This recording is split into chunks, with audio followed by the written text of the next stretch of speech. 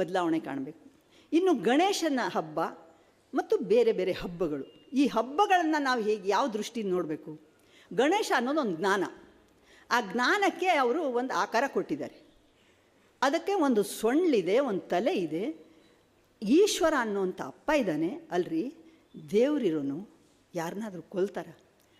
ಇಡೀ ಈ ಧರೆಯಿಂದ ಆಕಾಶದೆತ್ತರಕ್ಕೆ ಬೆಳೆದು ಎಲ್ಲ ಕಡೆ ಇರುವಂಥ ಅಣರೇಣು ತೃಣಕಾಷ್ಟದಲ್ಲಿಯೂ ದೇವರಿದ್ದಾನೆ ಅಂದಾಗ ಪಾರ್ವತಿ ಬಚ್ಚಲ್ ಮನೇಲಿರೋಲ್ವ ದೇವರು? ಆ ಹುಡುಗ ಅಡ್ಡ ನಿಂತಿದ್ದಾನೆ, ಅವನನ್ನು ಕೊಂದು ಒಳಗೆ ಹೋಗಬೇಕು ಅನ್ನೋದನ್ನು ನಾವು ದೇವರು ಅಂತ ಹೇಗಂತೀವಿ?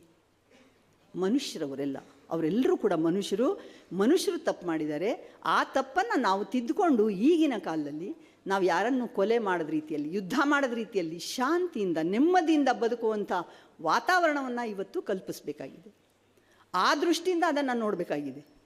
ನೀವು ಏನೇ ತಪ್ಪು ಮಾಡಿ, ಅಯ್ಯಪ್ಪನ ಬಗ್ಗೆ, ಅಯ್ಯಪ್ಪನ ಭಕ್ತರು ಅಂಥೇಳಿ ಕೆಲವರು ಬಹಳ ಮಾಡ್ತಿರ್ತಾರೆ. ಆದರೆ ಅಯ್ಯಪ್ಪ ಕಾಡಲಿಲ್ಲ. ಅಯ್ಯಪ್ಪ ಇಲ್ಲಿ ಎಲ್ಲ ಕಡೆ ಅನಾಥನಾಗಿದ್ದಾನೆ. ಅನಾಥ ಮಕ್ಕಳಿದ್ದಾರೆ, ಅವನಿಗೆ ತಂದೆ ತಾಯಿ ಇಲ್ಲ. ಅವರಿಗೆ ನೀವು ನೋಡಿ, ಇಂಥ ಕೆಲಸವನ್ನು ನೀವು ಮಾಡೋ ಬದಲು ಆ ಕಾಡಿಗೆ ಹೋಗಿ ಕಾಡು ಕಡ್ದು ಅಲ್ಲಿ ನಾಶ ಮಾಡಿ ಅಲ್ಲಿ ಕೆಲವು ಪುರೋಹಿತಶಾಹಿಗಳಿಗೆ ನೀವು ಅವಕಾಶ ಮಾಡಿಕೊಡ್ತೀರಲ್ಲ, ಅಲ್ಲೆಲ್ಲ ತಲೆ ಮೇಲೆ ಏನೇನೋ ಹೊತ್ಕೊಂಡು ಹೋಗ್ತಾರೆ, ಅಲ್ಲಿ ಹೋಗಿ ಇದು ಮಾಡ್ತಾರೆ. ಆದರೆ ಅದರಿಂದ ಜಯಮಾಲ ಏನೋ ಮುಟ್ಟಿದ್ರಂತೆ. ಮುಟ್ಟಿದ ಕೂಡಲೇ ಮೈಲಿಗೆ ಆಯಿತು ಅಂದರು. ಅದು ಕೂತಿರೋ ಅದು ಮೂರ್ತಿಗೆ ನೀವು ಯಾರು ಮುಟ್ಟಿದ್ರು ಒಂದೇ, ಮುಟ್ಟಿದ್ರು ಒಂದೇ. ಸಂಕೇತಗಳು ಯಾವತ್ತೂ ಸತ್ಯ ಅಲ್ಲ.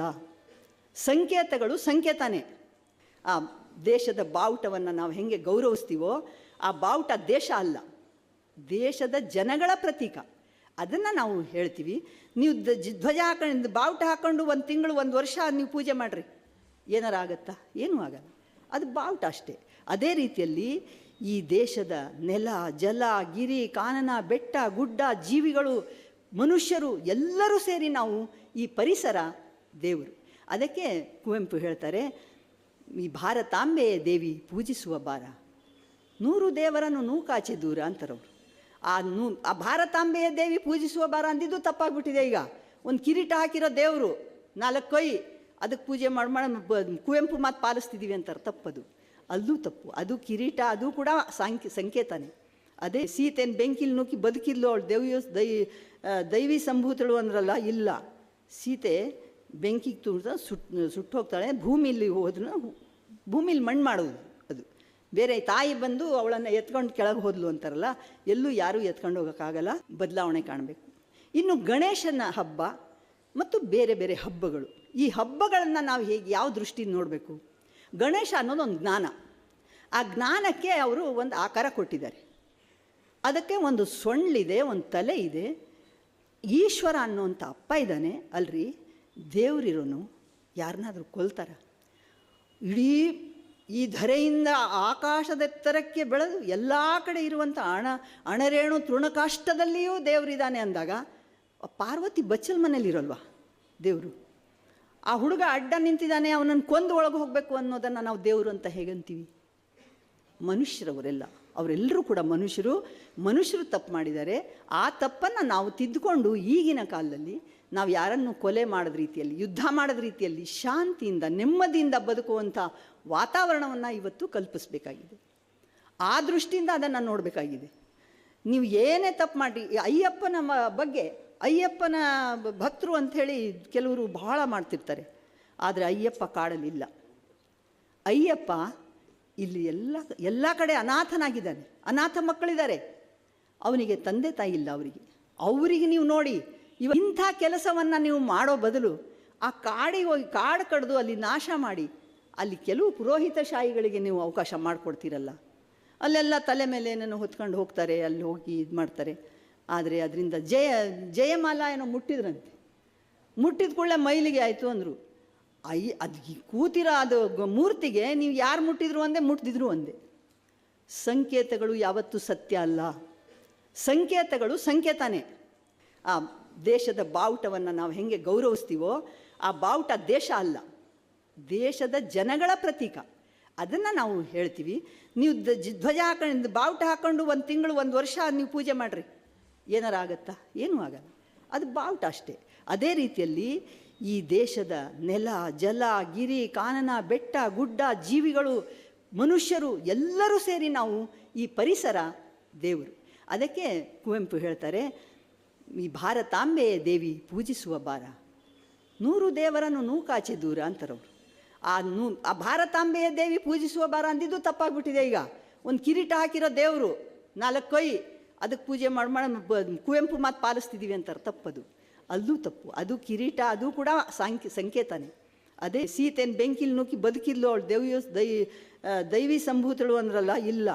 ಸೀತೆ ಬೆಂಕಿಗೆ ತುಳಿದ ಸುಟ್ಟು ಹೋಗ್ತಾಳೆ. ಭೂಮಿಲಿ ಹೋದ್ರೂ ಭೂಮಿಲಿ ಮಣ್ಣು ಮಾಡೋದು ಅದು ಬೇರೆ. ತಾಯಿ ಬಂದು ಅವಳನ್ನು ಎತ್ಕೊಂಡು ಕೆಳಗೆ ಹೋದ್ಲು ಅಂತಾರಲ್ಲ, ಎಲ್ಲೂ ಯಾರೂ ಎತ್ಕೊಂಡು ಹೋಗೋಕ್ಕಾಗಲ್ಲ. ಬದಲಾವಣೆ ಕಾಣಬೇಕು. ಇನ್ನು ಗಣೇಶನ ಹಬ್ಬ ಮತ್ತು ಬೇರೆ ಬೇರೆ ಹಬ್ಬಗಳು, ಈ ಹಬ್ಬಗಳನ್ನು ನಾವು ಯಾವ ದೃಷ್ಟಿಯಿಂದ ನೋಡಬೇಕು? ಗಣೇಶ ಅನ್ನೋದೊಂದು ಜ್ಞಾನ.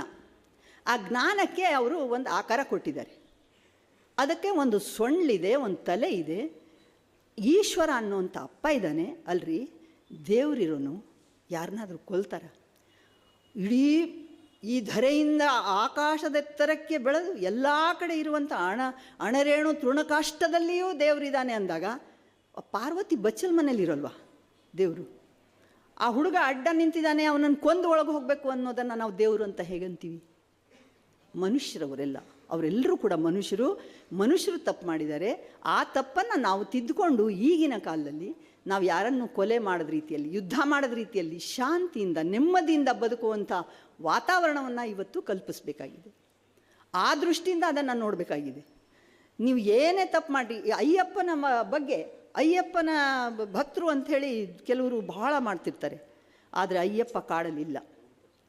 ಅಯ್ಯಪ್ಪ ಇಲ್ಲಿ ಎಲ್ಲ ಕಡೆ ಅನಾಥನಾಗಿದ್ದಾನೆ. ಅನಾಥ ಮಕ್ಕಳಿದ್ದಾರೆ, ಅವನಿಗೆ ತಂದೆ ತಾಯಿ ಇಲ್ಲ. ಅವರಿಗೆ ನೀವು ನೋಡಿ, ಇಂಥ ಕೆಲಸವನ್ನು ನೀವು ಮಾಡೋ ಬದಲು ಆ ಕಾಡಿಗೆ ಹೋಗಿ ಕಾಡು ಕಡ್ದು ಅಲ್ಲಿ ನಾಶ ಮಾಡಿ, ಅಲ್ಲಿ ಕೆಲವು ಪುರೋಹಿತಶಾಹಿಗಳಿಗೆ ನೀವು ಅವಕಾಶ ಮಾಡಿಕೊಡ್ತೀರಲ್ಲ, ಅಲ್ಲೆಲ್ಲ ತಲೆ ಮೇಲೆ ಏನೇನೋ ಹೊತ್ಕೊಂಡು ಹೋಗ್ತಾರೆ, ಅಲ್ಲಿ ಹೋಗಿ ಇದು ಮಾಡ್ತಾರೆ. ಆದರೆ ಅದರಿಂದ ಜಯಮಾಲ ಏನೋ ಮುಟ್ಟಿದ್ರಂತೆ. ಮುಟ್ಟಿದ ಕೂಡಲೇ ಮೈಲಿಗೆ ಆಯಿತು ಅಂದರು. ಅದು ಕೂತಿರೋ ಅದು ಮೂರ್ತಿಗೆ ನೀವು ಯಾರು ಮುಟ್ಟಿದ್ರು ಒಂದೇ, ಮುಟ್ಟಿದ್ರು ಒಂದೇ. ಸಂಕೇತಗಳು ಯಾವತ್ತೂ ಸತ್ಯ ಅಲ್ಲ. ಸಂಕೇತಗಳು ಸಂಕೇತನೇ. ಆ ದೇಶದ ಬಾವುಟವನ್ನು ನಾವು ಹೆಂಗೆ ಗೌರವಿಸ್ತೀವೋ, ಆ ಬಾವುಟ ದೇಶ ಅಲ್ಲ, ದೇಶದ ಜನಗಳ ಪ್ರತೀಕ. ಅದನ್ನು ನಾವು ಹೇಳ್ತೀವಿ. ನೀವು ಧ್ವಜ ಹಾಕೊಂಡು ಬಾವುಟ ಹಾಕ್ಕೊಂಡು 1 ತಿಂಗಳು 1 ವರ್ಷ ನೀವು ಪೂಜೆ ಮಾಡಿರಿ, ಏನಾರ ಆಗತ್ತಾ? ಏನೂ ಆಗಲ್ಲ. ಅದು ಬಾವುಟ ಅಷ್ಟೇ.